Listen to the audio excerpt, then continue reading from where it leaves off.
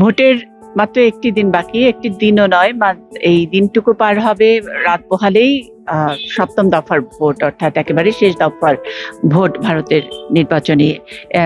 যেই কয়টি রাজ্যে এখনো ভোট রয়েছে, শেষ দফায় ভোট রয়েছে, তার মধ্যে চণ্ডীগড় এটা ইউনিয়ন টেরিটরি এবং এখানে কাল ভোট হবে।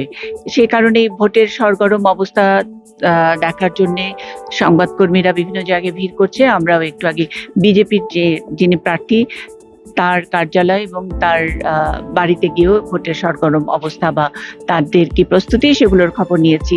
এবং স্বাভাবিক কারণেই যে অপোজিশন সংবাদপত্রে আমরা যেভাবে ব্যালেন্স করি, মিডিয়াতে যেভাবে ব্যালেন্স করি, যে অন্যতম দুই প্রতিদ্বন্দ্বী প্রার্থীর সমানই কাভারেজের জন্য আমরা সর্বাত্মক চেষ্টা করে থাকি, তার ব্যত্যয় হয়নি এখানেও।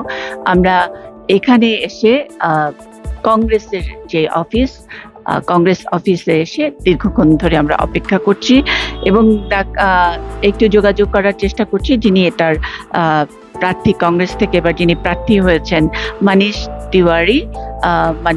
তিওয়ারির তাকে আমরা বারবার করে ইন্টারভিউ করার জন্য ফোন করছিলাম এবং তার এখানে কর্মীরা যারা আছে তাদের সঙ্গে বারবার যোগাযোগ করার চেষ্টা করেছি।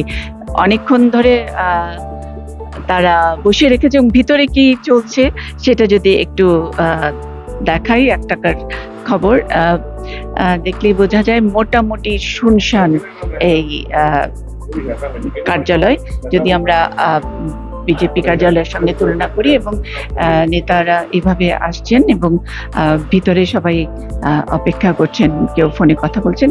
এইটুকুই হলো যেটুকু দেখাতে চাই আমরা, যে ভিতরে সবাই ফোনে কথা বলছেন, চেষ্টা করছেন, অপেক্ষা করছেন,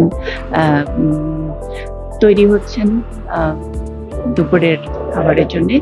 এবং আমরা যেখানে দেখতে পাচ্ছি যে নির্বাচনের ঠিক আগের দিনের যে ব্যস্ততা, এই ব্যস্ততার ছবিটা এখন এই কার্যালয়ে। আমরা শেষ পর্যন্ত অপেক্ষা করব, উনি যদি আমাদেরকে সময় দেন তাহলে সাক্ষাৎকার নেব, আর সময় না দিলে যে ভগ্ন দশা যেটুকু বোঝা যায়, তাদের অ্যাটিটিউডে যেটুকু বোঝা যায় যে একটি অসম লড়াই হতে যাচ্ছে। ফলে এই অসম লড়াই কথার হাতটা যাই থাকুক না কেন, জয় পরাজয়ের ব্যাপারটি জনগণের হাতেই থাকে। মনীষ সাহা, একটাকার খবর, চণ্ডীগড়।